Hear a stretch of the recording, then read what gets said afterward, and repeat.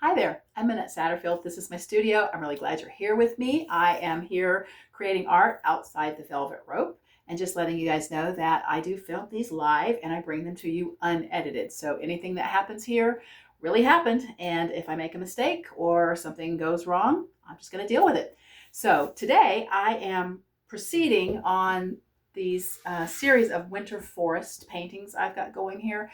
Lately, the light has been so slanting through the forest. I live pretty much right up against the north side of a hill with a fully grown forest right above me. So the trees tower over my house and the shadows slant way out, and it's just very evocative for me. So I've got these layers going here.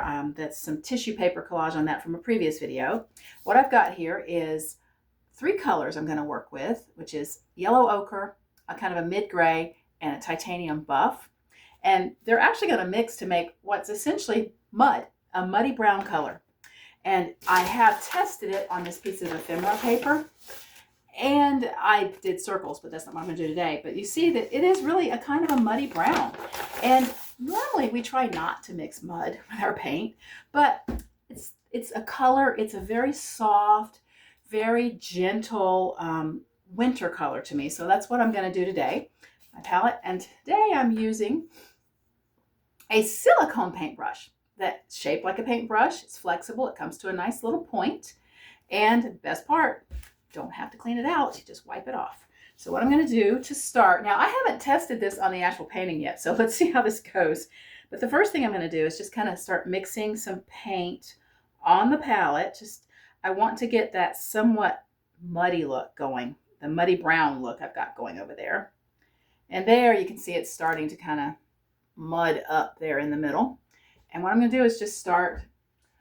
This is a negative painting technique. You can see that this is a pretty vivid, pretty busy canvas. And so what I want to do is just sort of start painting out parts of it, not painting into, not making more, but making less. I want less. I don't want to get too bright because I'm going to have to keep it dull. And you can see, okay. And yes, I like to mix my paint right on my paint applicator, whether it's a brush like this or a key card or even a palette knife. I really like to just let it mix as it goes and paint out. Okay. And I have no real plan for what I'm doing here. I'm just following the call of now, the actual now that I'm painting right now. What does this painting need right now? Where does my hand want to go right now? I'm not really overthinking it. I can always fix it later. I mean, this isn't something that is set in stone. It's just paint.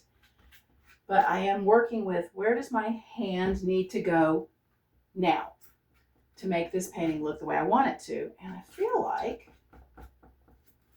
wow, okay. I feel like I've kind of got somewhere here.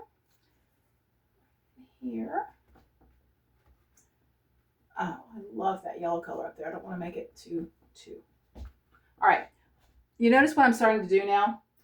I just caught myself doing it. I'm just starting to sort of dab at it and poke at it without a lot of intention. Just sort of poke, dab, poke. Stop that. That's the time to stop and put your brush down or clean it out or whatever it is you're using. Put it down and back away and look at the painting and see what's happened. Because once you start that dab, poke, touch, it's not going to end well. I like how this has been toned down. I like how it still has a lot of contrast. I think I will let it rest for a little while, because that's another thing is once you're not quite sure, if you're looking at it going, I don't know what to do next, take a break. That's what you do next. Let it rest. Come back to it.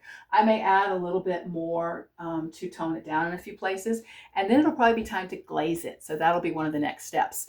So I'm going to go ahead and work on the other 4 paintings in this series and bring them to this phase, and then we'll be back soon, maybe for some glazing.